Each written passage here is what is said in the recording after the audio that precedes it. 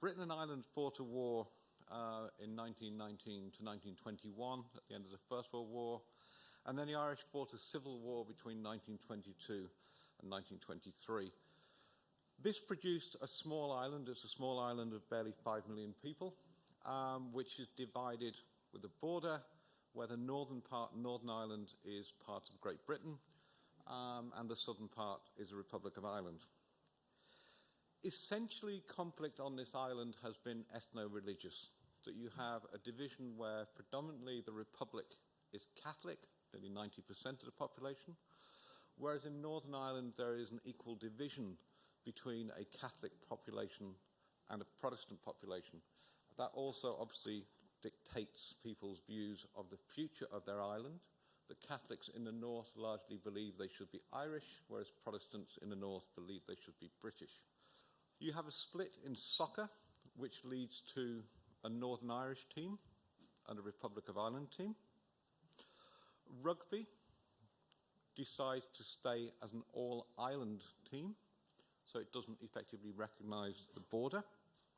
The largest sport in Ireland, the Gaelic Athletic Association, the games of hurling and Gaelic football, again choose to take an all-island approach. Re-emergent cricket in recent years has taken the same stance, but critically many individual sports take different routes. Athletics, track and field, for example, decides that Northern Ireland should remain part of Britain and is recognised by the IOC as such, whereas other sports decide they will organise on an all-island basis and not recognise the border. Boxing would be a good example, and conversely the IOC also recognises that decision. The confusion about the border and what borders mean in a post-conflict world is complex. So the picture there is of a man called Johnny Carey. Until FIFA stepped in the 1960s, both Irish teams, Northern Ireland and Ireland, selected its players from the whole of Ireland. So Johnny Carey literally played for Ireland and then Northern Ireland in the space of 4 days in the 1940s. And I think it's one of the problems for post-conflict countries, post-conflict regions, is how international sporting bodies respond to the complexities of what happens. Clearly the issue I'm talking about today is a Northern Ireland conflict that runs from 1968 to 1998. It's essentially a struggle between the British state, supported by Protestant paramilitaries, fighting a war for 30 years against Irish paramilitaries in the form of the Irish Republican Army, the IRA. It's a low-level conflict. The state never breaks down. There isn't kind of outward emigration to avoid the conflict. Society, as it were, to some level does continue, but over the course of 30 years, 3,500 people are killed.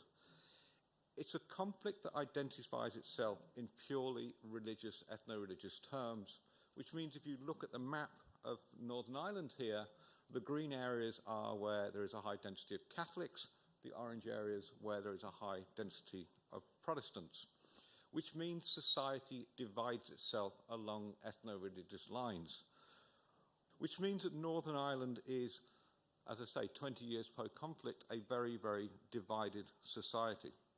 You'll see the walls on the top left-hand picture and the bottom right.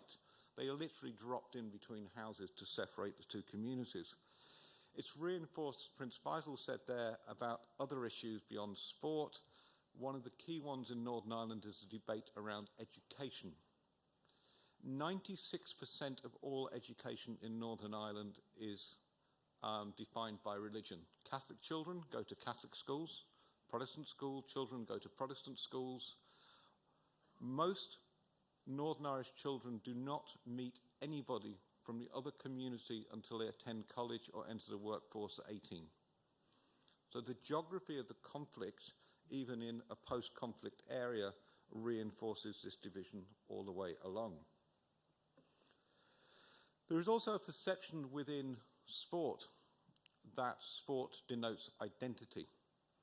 So loyalist paramilitaries, those paramilitaries who were fighting, as it were, for Britain, identified the Gaelic Athletic Association, which has a 99% Catholic membership, as a force of the Republican war machine. They christened it the GAA is the IRA at play. And during the course of the conflict, 21 members of the GAA were executed by loyalist paramilitaries precisely because of their sporting choice, because the loyalist paramilitaries decided in 1984 that the GAA was part of what they termed the Republican war machine. Those 21 people, not one of them had any political affiliations. They were identified specifically because of their sporting choice.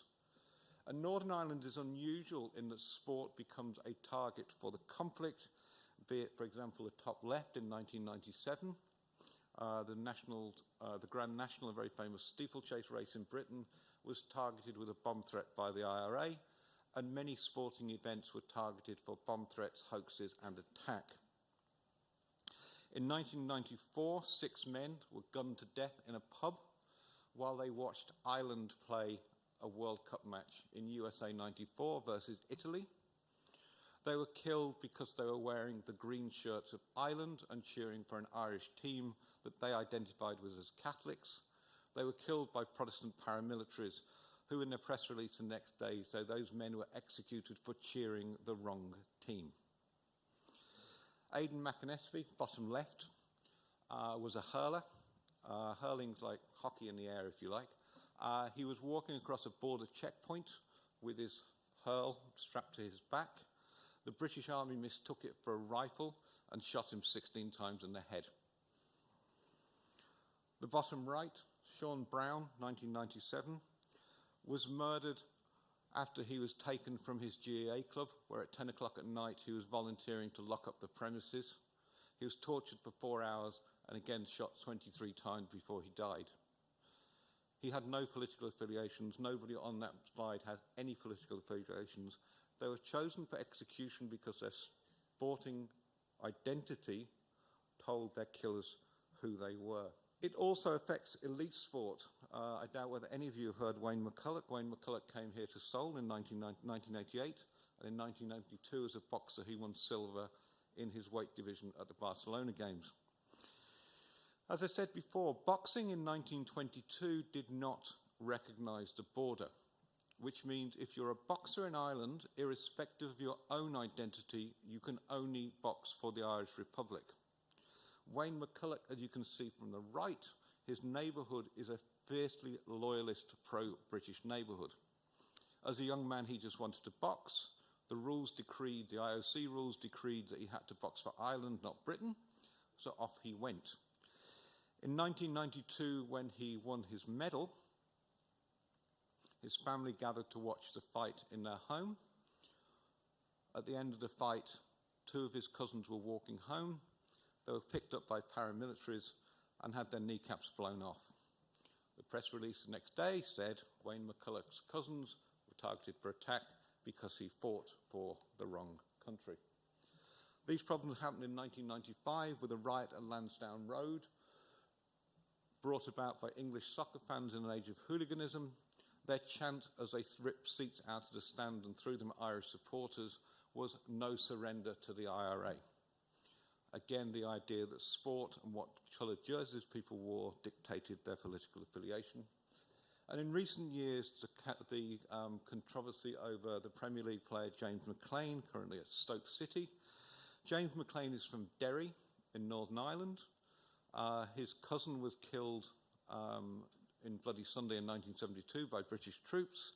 Each year in November for Remembrance Day, to remember those British Army people who died in the First and Second World War, as you can see on the top picture, all Premier League players wear a red poppy as an act of remembrance. James McClean refuses to do that, saying that he cannot honour a British Army which killed members of his own family in Northern Ireland. You can see some of the comments there. James McClean has become this very divisive figure because he again is bringing sport and politics together. The issue really, though, in Northern Ireland is how you deal with divided communities. Building walls is not an answer. It separates and divides, it does not bring together. And that has been a problem for sporting facilities. You see here on the right the Falls Road Leisure Centre, which provides sports facilities for the Catholic community in Belfast. Literally 200 yards away on the other side of the wall is exactly the same building for the Protestants. Northern Ireland has one of the highest rates of sports facilities anywhere in the European Union, simply because they build two of everything. They do not bring people together. At the ground, the key battleground for the future has been youth. Because sport is so divided along ethno-religious lines, what game you play denotes who you are. If you play Gaelic games, predictably you're Catholic. If you play rugby or soccer, you are predictably Protestant. How do you bring children together beyond those walls that have been built to play their games together? And there's been a huge cooperation between Gaelic games, soccer and rugby to actually run summer camps, school camps, etc., to get children playing all games. So critically, they meet their peers before that moment when they're 18, they go into the wider world. They meet each other through play. They build peace, understanding and relationships through their communities. Not a community defines them as what they are, but they're communities that bring them together. Also hugely successful in recent years, you don't think of Northern Ireland as a home of ice hockey. It never snows. But Northern Ireland started about 15 years ago a franchise in the British Ice Hockey League. The British Ice Hockey League has been kind of successful. In Northern Ireland, it is the hottest ticket in town. Why? Because it's a neutral sporting space. Ice hockey doesn't come with the baggage of being a Catholic game or a Protestant game. It is a neutral space where the community can go together and cheer on the Belfast Giants, who've been very successful, where they're not defined by which neighbourhoods they've driven in from. They're defined by their love of sport. And in a way, that ice hockey example is how you move it forward. Success has been obvious as well in the European Championships in 2016 in France, when both, sorry, the World Cup rather, when both, sorry, I'm right, the European Championships 2016, when both Northern Ireland and Ireland qualified for the finals. The fear had always been that when Northern Ireland travel, it would take a predominantly Protestant crowd, and that once they gathered, they would resort to old-fashioned ways and chant anti-Irish and anti-Catholic songs, and that the flags they would bring would speak to the conflict, not to a new world. I won't play you the videos on YouTube if you want to look at it. What was heartening was that the years of education seemed to have paid off. First of all, the research showed that of those people who travelled to France to watch Northern Ireland, actually represented the country in terms of, it was a 50-50 split between Protestants and Catholics. They got behind their team.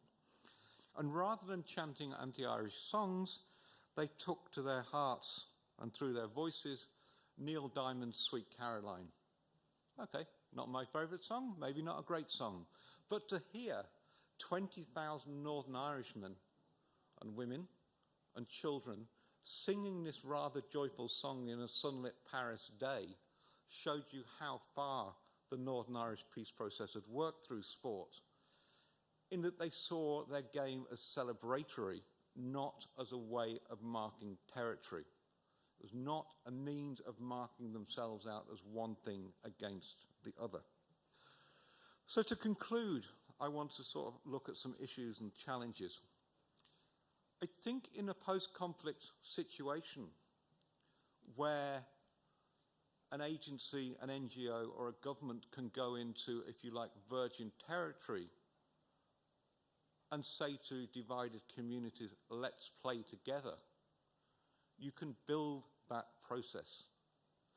When you're going into a place like Northern Ireland, where people have had sporting identities tied to their ethno-religious identities for 100 years, and ask them to play together, they cannot conceive how they can do that. Because they have their games, and the other side have their games also, but the two games are not the same. And this is a problem in Northern Ireland. There is no one sport, apart from ice hockey, the example I gave you, around which to build consensus, around which to build a joy and an excitement and a passion for sport, which is not weighed down with the baggage of history, of conflict and murder. And sport, in that sense, too often functions as part of a community's cultural heritage, which is historic rather than something that is forward-looking or future-thinking. And it is the critical thing in post-conflict societies that you have to address the deeper issues. Sport, as was said before, cannot do this alone. Unless you address basic human needs, be it food or water in some situations, or in a place like Northern Ireland, where it is housing, education, and employment, where everybody, irrespective of their background or perceived background, is treated with respect, sport will not cure all. This has to be a complete approach. And it's still a problem when the very idea of Northern Ireland is contested, where still, in the most recent opinion poll, 45% of the people in Northern Ireland want to create a greater Ireland rather than remaining part of Britain. And clearly the issues around Brexit, Britain leaving the European Union, fine for Britain, it's an island. For Northern Ireland, it's a problem. It has a land border with the Republic. It has a land border with Europe. How does sport flow across potentially a hard border? And it's hard to envisage at some levels, and that's why I use the example of the Northern Irish soccer team. It's hard to envisage a genuinely shared sporting identity within post-conflict Northern Ireland. After 20 years, that work is ongoing, but until the walls and the divisions, the hard divisions between communities are torn down, where children can run down the street, not hit a wall, but can go through a space and play with their peers, then actually the creation of shared space is complex. So as I say, sport is part of a toolbox for peace. But after 20 years of post-conflict in Northern Ireland, all those other tools, such as policy areas of housing, education, and employment, have to be addressed. But sport should be a shared space where people and communities come together. They come together to play, and critically, as you do, they come together and dream. Thank you.